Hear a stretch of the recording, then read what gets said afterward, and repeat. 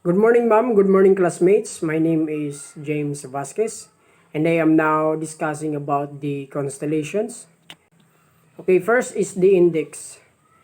Defining constellation, facts about constellation, history of constellation, naming constellation, few constellations, case study, and for the last is summary. Okay, what are constellations? A constellation is a group of stars that form an image in the sky. Constellations are pictures that tell stories that were made hundreds of years ago. A constellation is a group of stars that you can see in a particular area of the night. The stories behind the constellations were stories the poets, farmers, and astronomers have made over the past 6,000 years.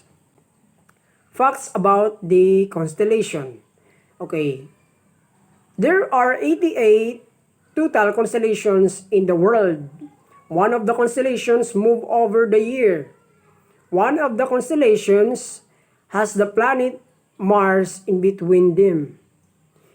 Every constellation has a history of how they came to be and what they mean or represent. They are named on a big Greek and Babylonian rulers of the 15th CE. Okay, facts about the constellation.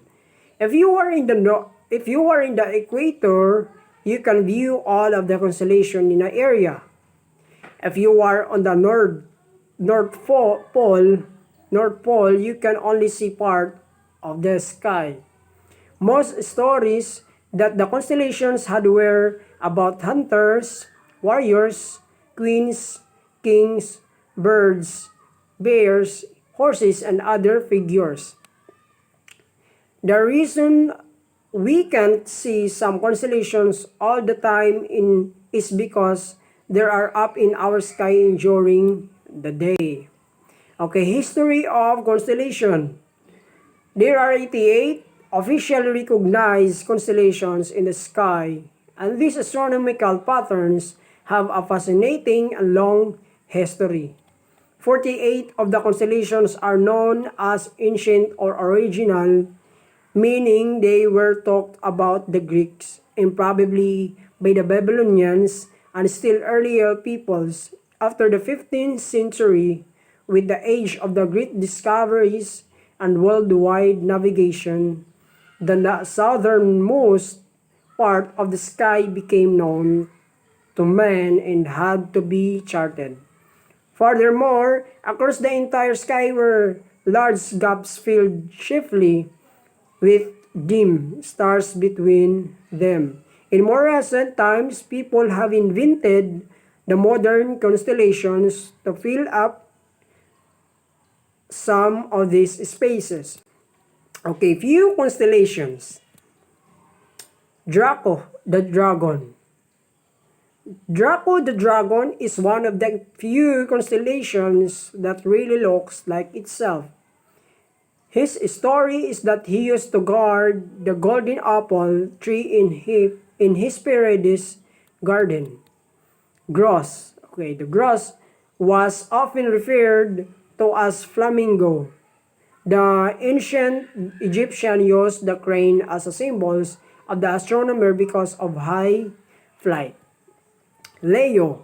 Leo is the name lion which was killed by Hercules on one of his great quests.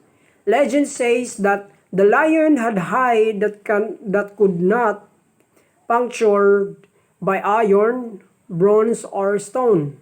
Since he could not reason with the ferocious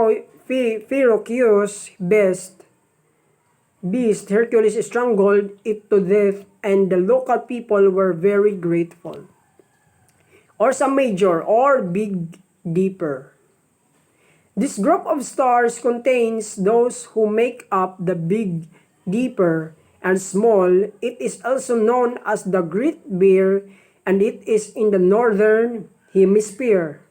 Ursa Major has 7 major objects, including a double star a planetary nebula, an irregular galaxy, and 4 spiral galaxies. Indus.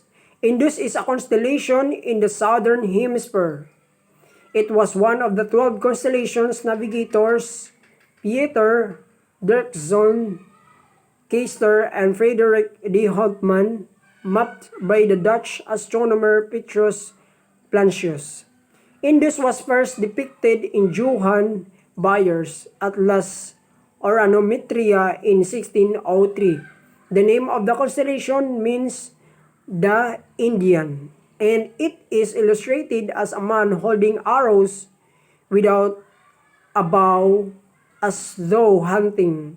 It is unclear whether Indus refers to a native of the East Indies or Americas. Hydra. It is also known as the sea serpent. This constellation is seen in the southern hemisphere, and you can see it between January and May. It is represent a giant water snake. Hydra is the largest constellation in the sky. It was a giant beast with the body of a dog and 100 snake-like heads. Okay. Summary about the constellation. A constellation is a group of stars that form an image in the sky. There are 88 total constellations in the world. A constellation is a group of stars that you can see in a particular area of the night sky. The stories behind the constellations were stories that poets, farmers, and astronomers have made up over the past 6,000 years. And that's all. Thank you po ma'am. God bless po. Salamat sa panonood.